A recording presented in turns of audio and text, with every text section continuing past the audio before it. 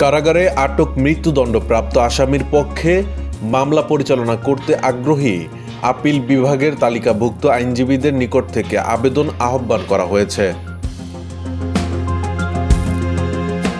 ২৬ জানুয়ারি appeal বিভাগের অতিরিক্ত registrar Sheikh Mohammad Aminul Islam স্বাক্ষরিত এক বিজ্ঞপ্তিতে জানানো হয় যে কারাগারে আটক মৃত্যুদণ্ডপ্রাপ্ত আসামির পক্ষে মামলা পরিচালনা করতে ইচ্ছুক আইনজীবীদের আবেদন আহ্বান করা হয়েছে।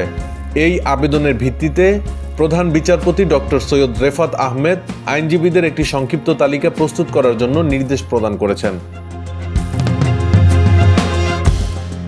এমত অবস্থায় সুপ্রিম কোর্ট রুলস 1988 এর অর্ডার 24 রুল 6 এর বিধান অনুসারে আইনজীবীদের মনোনয়ন প্রদানের সুবিধার্থে একটি সংক্ষিপ্ত তালিকা প্রস্তুতের প্রয়োজনে আপিল বিভাগের তালিকাভুক্ত আইনজীবীদের নিকট থেকে আবেদন আহ্বান করা হচ্ছে।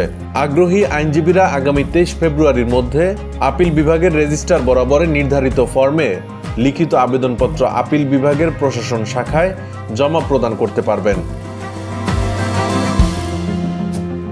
এই বিজ্ঞপ্তিতে আরও বলা হয়েছে যে সুপ্রিম কোর্ট রুলস 1988 এর অর্ডার 24 রুল 3, 5 ও 6 এর বিধান অনুসারে কারাগারে আটক মৃত্যুদণ্ডপ্রাপ্ত আসামি কারা কর্তৃপক্ষের মাধ্যমে তার সাজার বিরুদ্ধে আপিলের অনুমতির আবেদন আপিল বিভাগের রেজিস্ট্রারের কাছে প্রেরণ করতে পারবেন।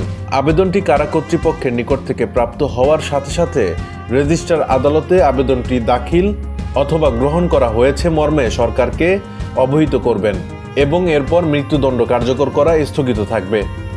এছাড়া প্রয়োজনীয় নথিপত্র পাওয়া মাত্রই রেজিস্ট্রার সুপ্রিম কোর্টের আপিল বিভাগের আইনজীবীগণের তালিকা থেকে একজন আইনজীবী নিয়োগ করবেন এবং আবেদনটি শুনানির জন্য আদালতে উপস্থাপন করবেন।